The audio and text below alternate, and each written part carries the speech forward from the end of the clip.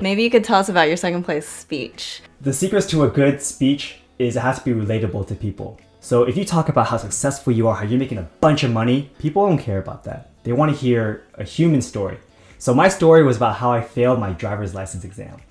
I failed 4 times back in high school, and it was devastating every single time. Basically, when I was younger, I was a little bit older for my age group, my grade. So I thought I was gonna be that cool kid that got the license first, driving my car around, taking people to the mall and stuff. And then I ended up failing. And every time you fail, you have to wait 2 weeks plus to sign up for another test. Yeah. So I didn't actually get my license until I was like 16 and a half. So for 6 months, I was failing over and over again. And I just talked about how that experience changed me and how I learned to deal with failure. And people loved it because they thought it was so freaking hilarious. I think it's funny because I did the same thing. High five. Oh God. So we both failed our license test 4 times. And when we first met, I shared that story and he was like, what the f-? Yeah, actually at first I was like, this is weird. And she's like, oh no, he thinks I'm a bad driver. And then I was like, actually it's because I also failed 4 times so too. Weird. Oh my God. But it's so funny that we have that in common. I've never met anyone who has done that. Oh God. Oh God. Okay, back to speaking. But wait, before we go on to that. Okay. We failed 4 times, but look, 13 years later, I still haven't got a ticket yet. That's true, me too. So, hey, maybe like our failures actually taught us to be better drivers than the average person. Maybe, but I don't think I'm a very good driver. You've been in my car. I don't know. What do you think? You're right. Okay. Let's get into the meat of public speaking. What are some best practices for a newbie like me? Okay. That's a very great question, by the way. So, public speaking is scary. That's a fact. And in fact, people have said it's number 1 biggest fear, even more than death, which is crazy. When I first started talking in public, my voice would quiver and I would sweat. Even now, when I do competitions, my feet still sweat. It's very weird, and it's not like I'm scared, but my feet do sweat. The thing is, public speaking doesn't have to be something that's scary. Ultimately, what public speaking is you are basically trying to be yourself on stage. You just need to talk as if you're talking to a friend, and then that's it. That is what makes a great public speaker. When the speaker is talking to you as if they're your best friend.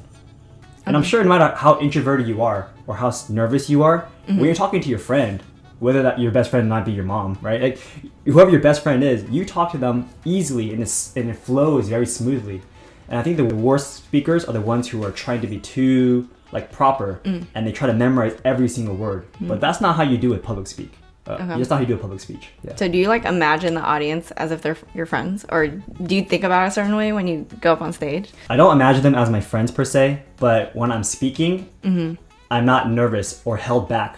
You know, I'm not like filtering myself as if I'm talking to some strangers. I'm just speaking as I normally speak. Okay. Like this is how I talk to my friends. It comes off very smooth and it flows very easily. Okay. And then, you know, like people say about eye contact, like working the room, things like that. Do you have tips on that? So first tip from you is kind of treating your audience as if it's your friend.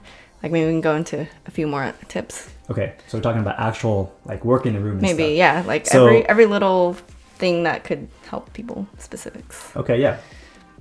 So the first thing is you don't want to just stand in the middle of the room. That makes you very boring. And if there's a podium for you, that's great. But if you put your hands on that podium, it's over. Like, because now you're boring. You're like stuck there.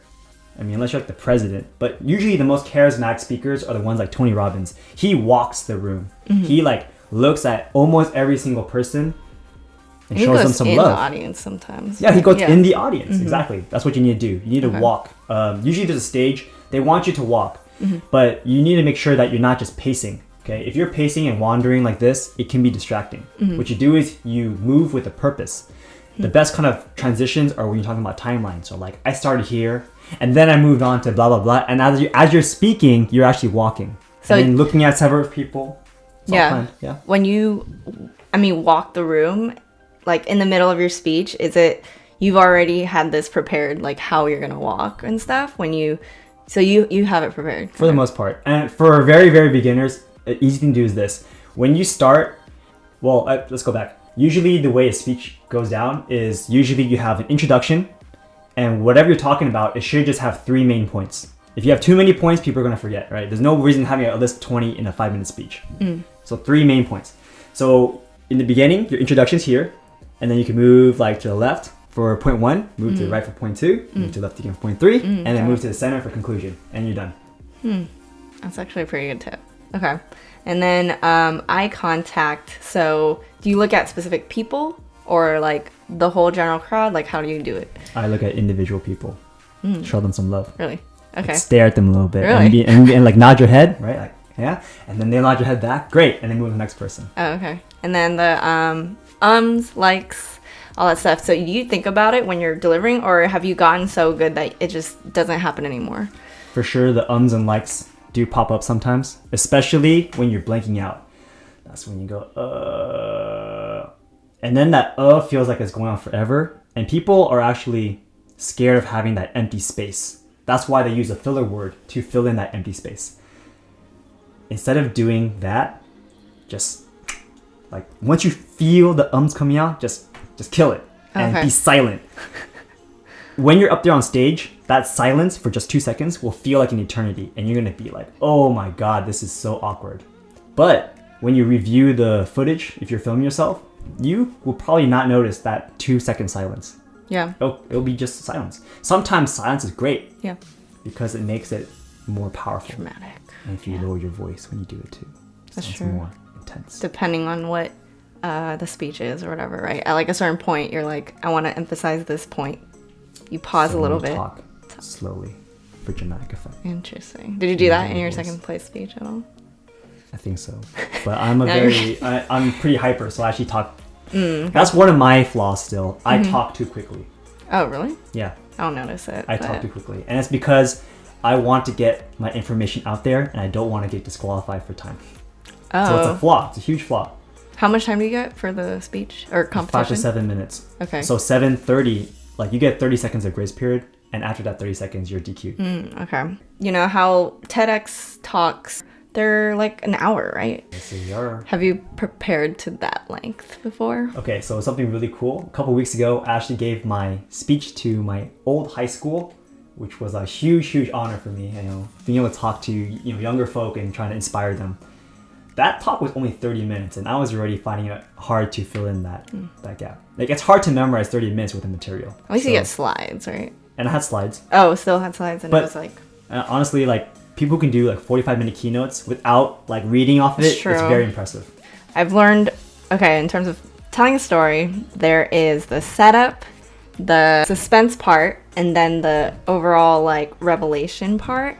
And then they teach that the suspense part, you can hold it as long as you want. The setup needs to be really short, and then the ending should be really short as well. And it's like in movies, they can spend the whole movie in that suspense part, right? That's right. And then, so I think that's what people say about how you tell a story. And then in terms of speeches, what I've heard is you really have to spark their emotions, right? You have to make them feel things. You can't just do they'll be more engaged with your speech if they care. Yeah, exactly. If you're talking about something super technological that doesn't apply to them, they would not care. Yeah. They would zone out. Yeah. I remember watching a TEDx talk, and they started with something really funny. Everyone's laughing. Something about Beyonce. She saved a ton of money to like go to this concert, and when she got there, she was in the front row, and she got to like sing with her and shit like that, and she felt really like good. And then somehow she transitioned to something like really emotional about failure or something like that. And then it went into 5 people you want in your life, like the mentor, the coach, whatever. So I think that's a good structure of kind of starting with make them laugh, make them cry, then go into your advice. Yeah. So I think that's a good structure. That makes a lot of sense, because if you start the opposite, where you start with the sad part, they're going to be like, oh man, this guy's a Debbie Downer. Like, I don't want to listen to this Debbie Downer. That's true. But if you start with a funny story, I like this person. This person's my friend. I will listen to what they have to say. And then the crushing blow is like, ooh, I feel you. Yeah. My friend, I feel you. And then they'll listen to you. Yeah, I mean, actually, yesterday I listened to Brene Brown's Netflix speech, basically, and she did the exact same thing. She made everyone laugh, and then it went like very like, oh, like, I feel you. Like, she started saying some really sad stuff, and then went into, okay, like, here are the facts about vulnerability and shame and stuff. And I think that's like a normal pattern. Cool. Cool. So I have this problem where when I go on stage, my mind gets all hazy and then I can't remember what I was trying to say. I think because I psychologically probably think that I'm bad at it. So when I go up there, I'm tripping out, and then it really affects, even when I'm singing and stuff, I get really panicked and I can feel my brain getting hazy. So do you have any advice for that? Yes, I do. Thanks. That's an amazing question. So this goes back to what I was saying before about how some people who are new try to memorize every single word and then deliver the speech word for word for word. But if you actually take things like Dale Carnegie's courses, you realize that humans are really bad at memorizing things in sequence like that. But they're really good at memorizing stories.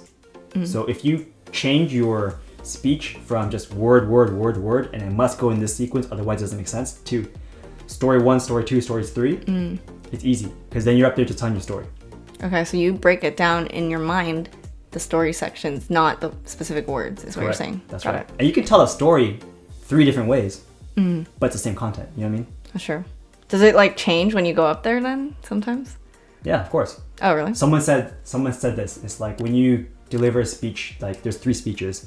There's a speech you wrote, there's a speech you delivered, and there's a speech you wish you delivered.